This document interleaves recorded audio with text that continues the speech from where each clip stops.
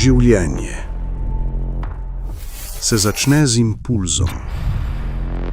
Vsaka misel, vsak gib, vsak občutek je blisk električnega signala. Toda obstaja sovražnik, ki lahko uniči te naravne mehanizme.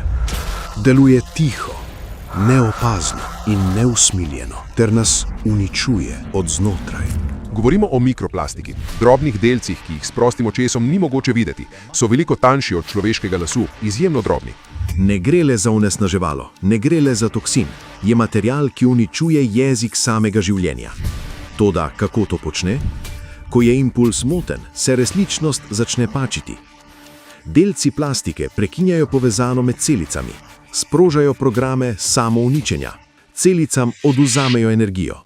In strašljivo je razumeti, in to vedno bolj ob vedno več znanstvenih študijah, da nanodelci oziroma nanoplastika ob vstopu v telo dejansko poškodujejo mitohondrije, tisti del celice, ki proizvaja energijo. Nanoplastika nenehno črpa našo moč od znotraj. Naša prihodnost se je že spremenila, le zavedamo se tega še ne.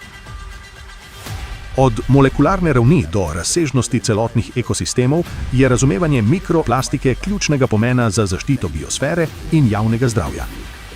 Ste pripravljeni izvedeti, kaj se prav zdaj dogaja z vašim telesom? Oglejte si dokumentarni film Nanoplastika – grožnja življenju.